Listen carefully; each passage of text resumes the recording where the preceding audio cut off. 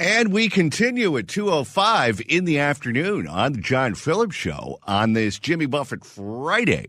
Mr. Randy Wang's across the glass. Johnny, if you're looking for something to listen to over the weekend, download our podcast. Otherwise, you're going to be stuck with Pammy Price. She called me a crime boss.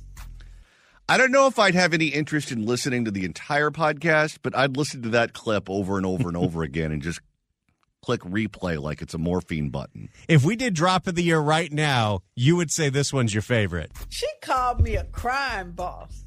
No competition. Nothing comes close. 800-222-5222 is the telephone number, 1-800-222-5222. It is a pleasure to welcome our next guest to the program. He is the co-host of the Too Many Lawyers podcast. He's also the ABC News legal analyst, Royal Oakes. Royal, welcome and happy Friday.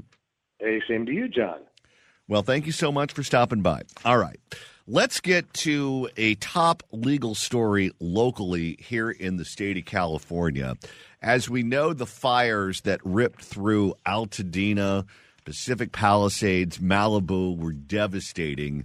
Many people lost their homes.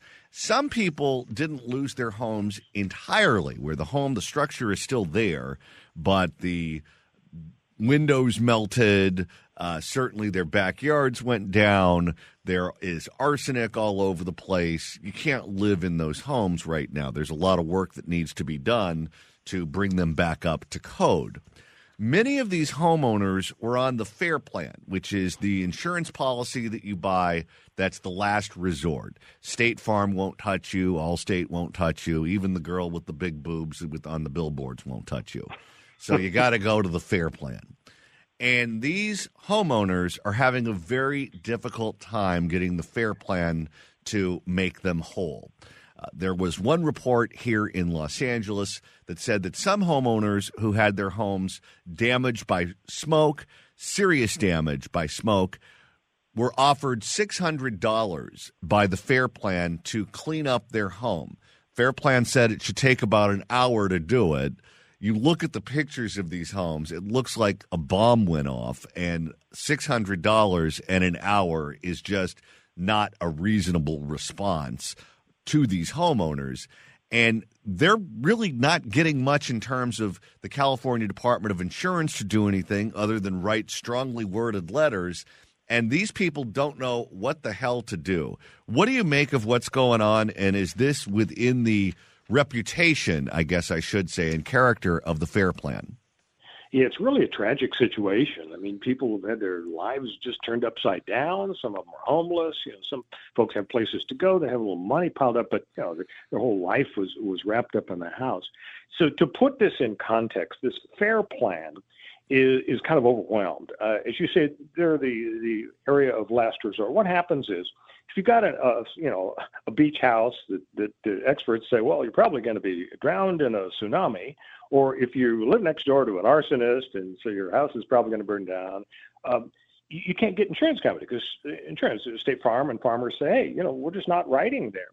Well, but you have to be able to get insurance. So the FAIR plan is where all the big insurance companies pay a little money each to fund the FAIR plan. So they create this insurance company of last resort. But it's hardly ever used because usually we don't have these crises. But when we do have them, the FAIR plan is not equipped to handle thousands and thousands of claims. And so they're kind of overwhelmed. So they're slow, and they're also turning people down. So here's an example. If you read your FAIR plan policy, it says smoke damage is only covered if there's a problem that you can see or you can smell. And therefore, the FAIR plan people who look at the fine print of the policy say, well, we're going to pay for some stuff, but, you can't see or smell arsenic and other things. And so they're denying claims. And people are saying, what are you kidding? You're going to deny my claim? I got fire retardant everywhere, mold and soot and ash and smoke. And in the example, this one guy, he was offered $625, but he got estimates saying, if you want to fix this, it's going to cost you $70,000. But the FAIR plan people are saying, well, we're sorry, but, read the fine print. Now, maybe FAIR plan is right there. Maybe they're wrong. So if your insurance company denies your claim, is ripping you off, you may go to the California Department of Insurance. But as you suggested when you were asking your question, a lot of people are complaining because all the Department of Insurance is doing basically is saying, well, talk to a lawyer, and we're urging Fair Plan to be very thorough and very fair and investigate. Ooh, that's scary. That doesn't help. So you can go to a lawyer. You can write to the California Department of Insurance. You can go to Consumer Resources. You can go to Joel Grover investigation at Channel 4 and all those things. But at the end of the day, there's so many thousands of people who are just not getting their problems taken care of. These avenues that are available to them just really aren't helping them much. I am not an attorney. I did not go to law school. And when I look at these problems that these people are facing, I say to myself, if it were me, this is well over my pay grade. I don't know how to read these contracts. I don't know what to do. If I were a homeowner and my home burned down in the fire and I lived in Pacific Palisades, so you're talking about a home that is worth seven figures, there's a lot that's at stake here.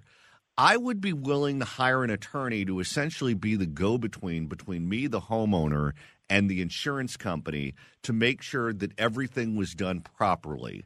From the point of view of an attorney, is that something that's reasonable? Well, absolutely. And that really is the ultimate good news here, is the availability of lawyers. Now, as you know, John, from radio ads, TV ads, billboards, the lawyers are crawling over every square inch of Altadena. I mean, we have plenty of lawyers. And here's the good news. If you have a case, if an insurance lawyer looks at your Fair Plan policy and says, wow, they're ripping you off, you've got a good case, that lawyer will take your case and you won't have to pay a penny. You'll have to pay some costs. But basically, you don't pay. And even if you lose, you don't pay other than the nominal costs. But if you win, then you could win big.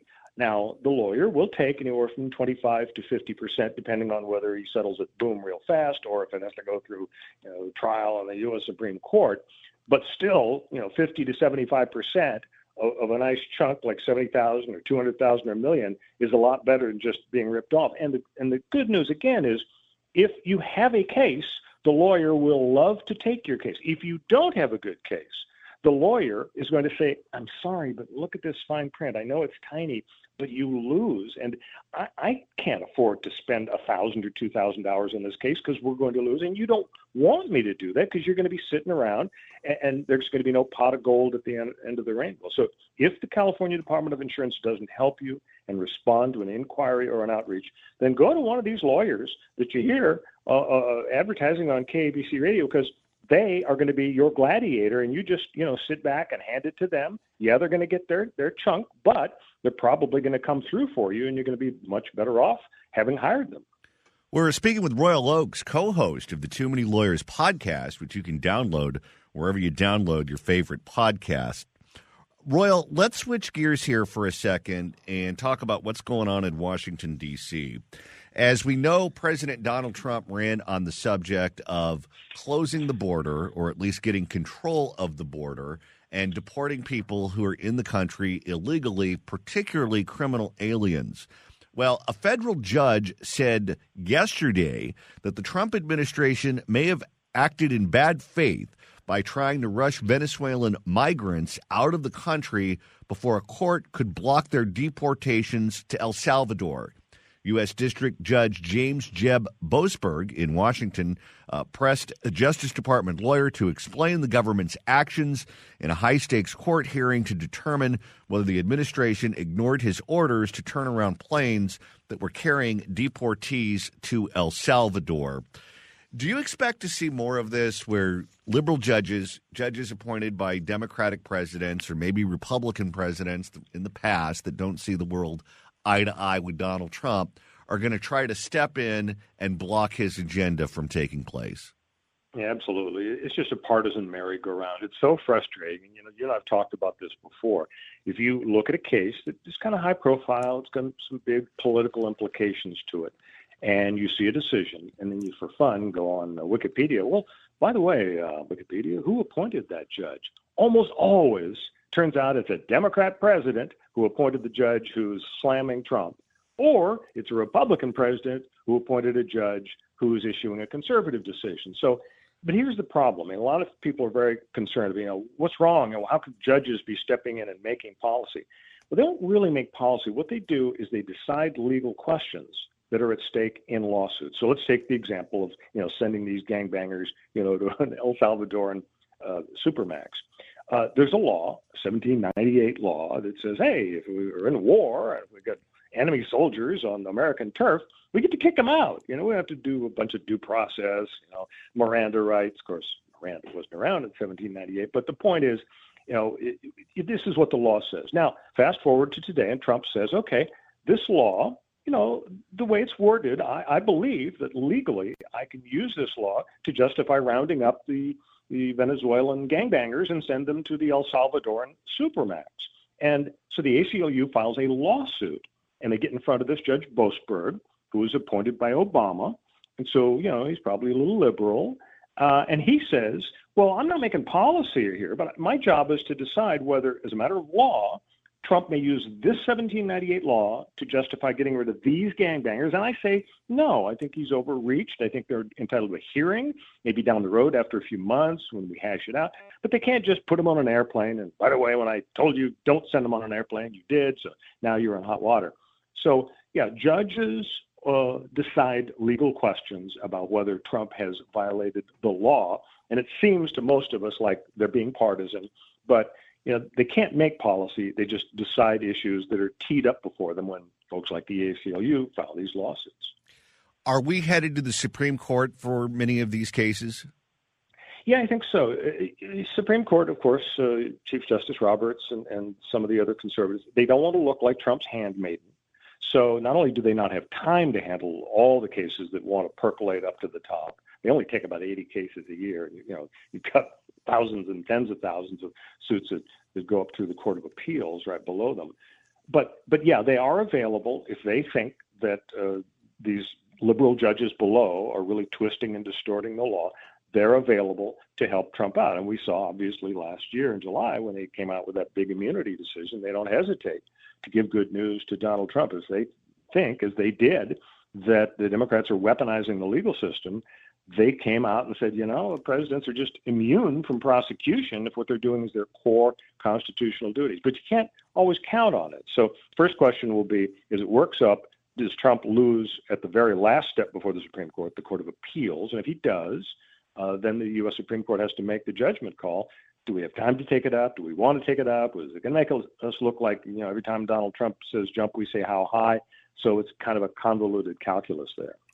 We're speaking with Royal Oakes, ABC News legal analyst. Royal, a different federal judge cleared the way for President Trump's administration to require arts organizations to certify that they will not promote gender ideology to obtain grant funding from the National Endowment of the Arts. What do you make of this one?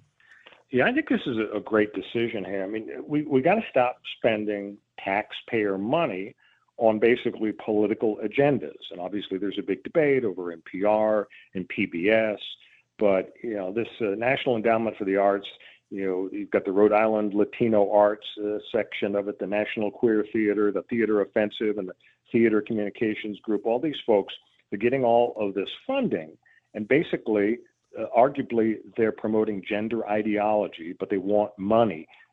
And nobody denies that they have an absolute right to speak freely and raise funds and say what they want to say. But should we all be required? I mean, I don't think Democrats would like it if they were forced to spend 1 or 2% of their tax dollars, or 0.1% of 1%, for some sort of MAGA nation endeavor. So yeah, I think it's a good thing that the Trump administration is challenging the funding for basically political stuff. And of course, a lot of people are concerned, but what about the Voice of America? We're getting the word out around the world. The Trump people are saying, well, but the word that is being spewed out of the Voice of America microphones is left of center stuff.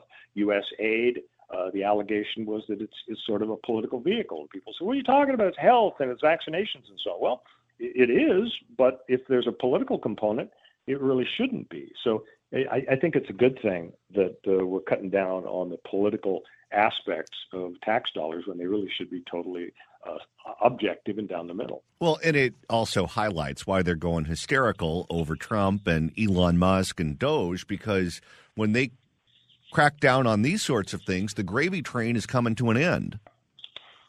Yeah, absolutely right. It's funny, John. when Trump was out of power, people were saying, "Oh, wow, if he gets back in control, they're going to have had 4 years to think about it, and 4 years in the White House under their belt." And I was thinking, it's the same people with the same stuff. But as you saw from the dozens and dozens of executive orders on day one, and all these initiatives exploiting the voters' real interest in all these culture war issues. I mean, I don't know if it was Trump, but somebody was sitting around thinking really hard, really deeply about what to do to turn this nation around now that we have this unique opportunity of the White House and the House and the Senate and the Supreme Court all pretty much on the same page, plus the voters. I mean, they actually voted for the Republican this time. Usually in the last few decades, as you know, if a Republican gets into the White House, it's, maybe I lost the election, but doggone it, I won the Electoral College. Thank God for that. But this is a kind of a unique moment for right-of-center folks, and the Trump people are making the most of it. It reminds me of a conversation I used to have with my dad when I was a kid, when I would turn the light on, then leave the room and leave the light on, and he'd snap at me, "Turn the light off. If you're not going to be in the room, what are we doing, paying the bills for the electric company?" Right. And eventually he would say, "He who pays the bills makes the rules, and I pay the electric bill, so if you're not in the room, the light goes off." And he who pays the bills makes the rules is now the rule in Washington, too. That's so different, John, from the conversations I remember with my dad as a teenager. He'd say, "Why the methamphetamines? Why the cocaine, Royal? Is this how I raised you?" So you and I had different households, I think. Royal, what's coming up on the next Too Many Lawyers podcast? Well, we're going to talk about how Donald Trump is no way, no how going to get a third term. But also, I'm real happy about our new column, our Substack column, Two Lawyers Walk Into a Bar. I dropped a column yesterday, and it's 4 words, John. Bill Maher for president. I'm starting the boom. I'll write the first check. I think he's so good at taking out both the woke and crazies on the right that, we got to get Bill in there. But, on the business of the third term, people are talking about this crazy idea. Donald Trump would run as VP in 2028 with J.D. Vance as president, with the understanding, full disclosure, 5 minutes after the inauguration, J.D. will resign and Donald Trump will be president for a third term. Why? Because 22nd Amendment says you may not be elected to 3 terms, but it doesn't say anything about serving as 3 terms. So that's the wacky idea. But my thought is to retaliate against that. I say Oprah and Obama run as a ticket. And then 5 minutes after her inauguration, she says, "I got to go do another sequel to The Color Purple." And Barack Obama is president for a third term. So, what's good for the blue goose is good for the red gander. All right. Well, I'll be listening to the next Too Many Lawyers podcast, which you can download wherever you download your favorite podcast. Royal, thanks so much for stopping by. Have a great weekend. You bet. Thanks.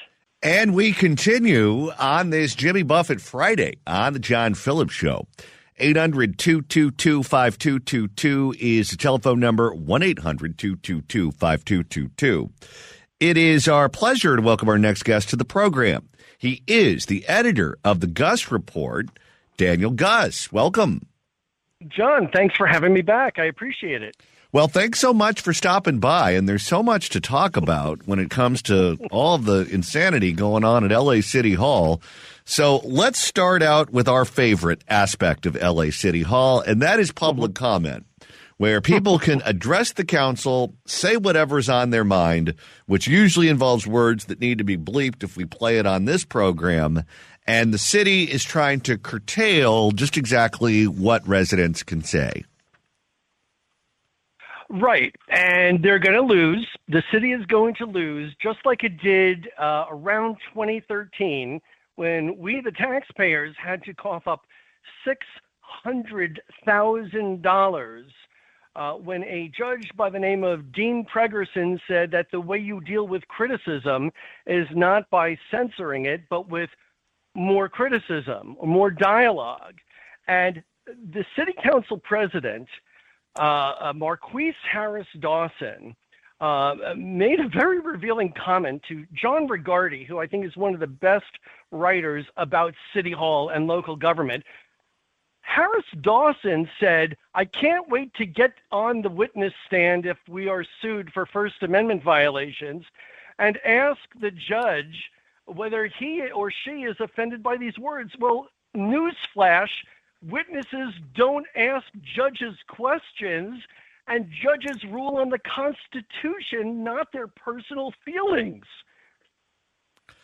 And this is something that has become quite a thing. It's been going on for quite some time, but really during COVID, I guess, when people could call in and their comments would air on Channel 35, it really kind of developed a cult-like following of people who would break out in song and dance or do comedy routines. There are people who are just completely offensive. And so offensive that we can't play it on the radio, even if we bleep it out. But these people have developed their own fan bases out there. Oh, absolutely, especially with the evolution of social media. But in fairness, one of the plaintiffs in that 2013 First Amendment lawsuit was a guy by the name of David Zumadog Salzberg, who says if the city gets sued, he's going to show up with the ruling from Judge Pregerson.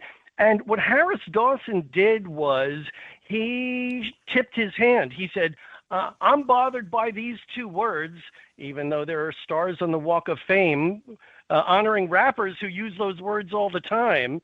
And so they're going to lose in court. And if the city attorney takes some oxygen, they're going to realize that. And now Harris Dawson will be facing greater antagonism. And these people are not just button pushers.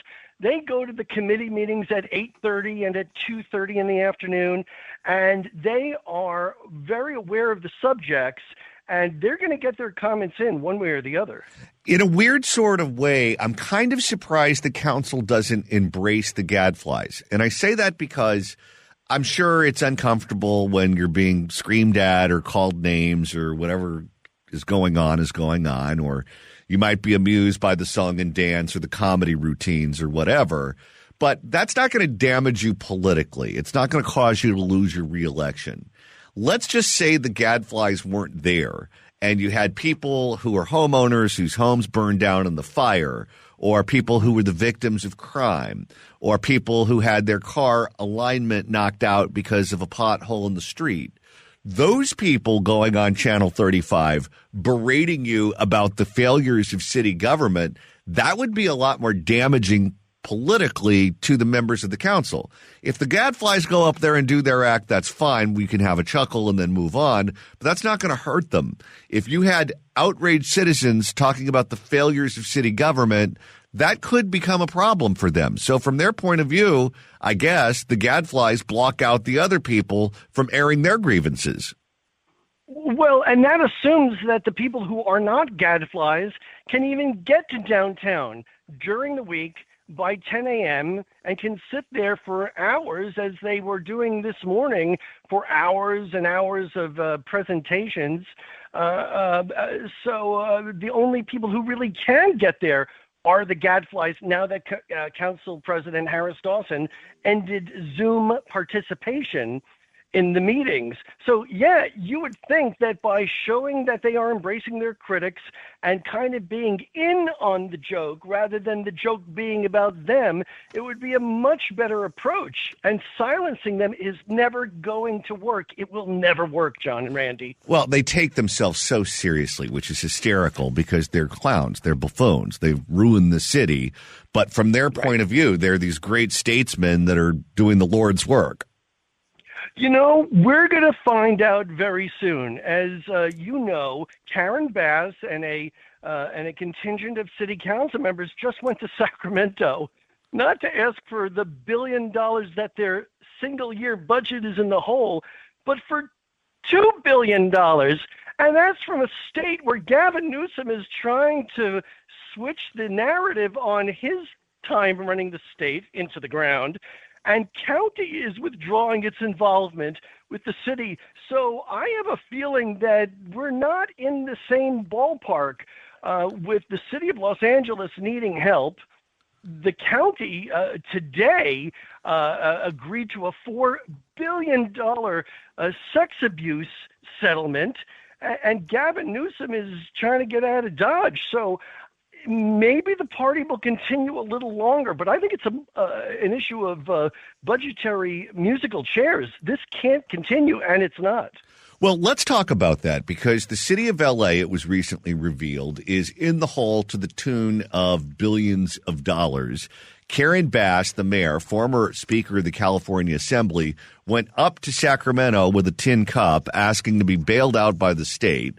Of course, she's blaming everything on the fires, but many of these problems that the city of L.A. is dealing with have nothing to do with the fires. But if you say you're the victim of a fire, then you are more sympathetic than if you're just someone who's financially reckless.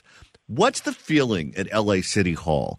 Do they believe that the Sacramento legislators are going to come through and kick in? Because if I'm a member of the Assembly or I'm a member of the Senate and I represent Orange County or Riverside County or I represent Atherton or Sacramento or whatever, and my city is well run or the cities in my district are well run, and I know that if and when they decide to get reckless, they're not going to get bailed out by Sacramento. Why in the world would I agree to tax my constituents to pay for all of the recklessness that's going on in L.A.?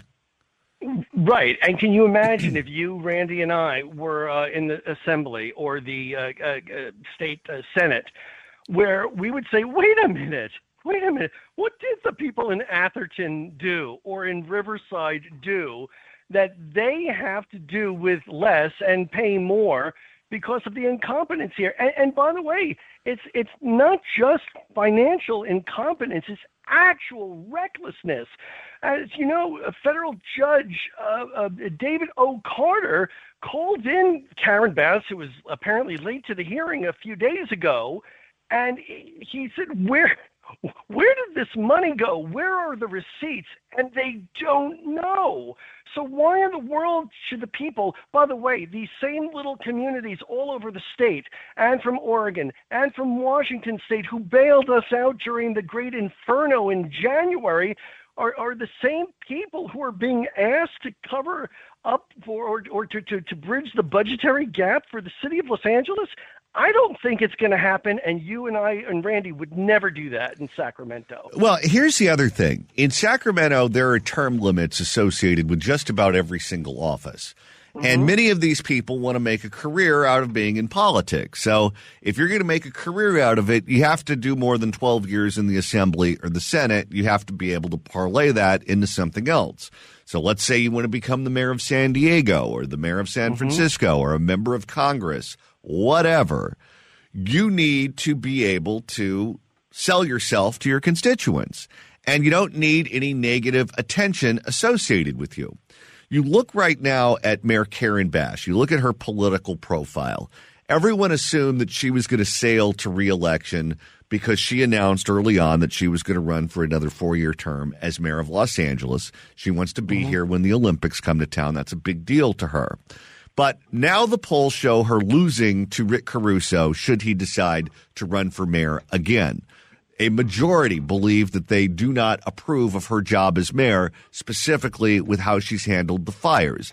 Whether it be her being in Africa instead of Los Angeles during the fires, no water being in the fire hydrants, the debacle of trying to fire or demote the fire chief, whatever it is, it's not a good look for her, to the point to where when Gavin Newsom comes down to deal with the fires, he doesn't even go to Pacific Palisades half the time. He goes to Altadena because he doesn't want to be photographed with her, because he doesn't want any of that negative attention that she's drawing to rub off on him.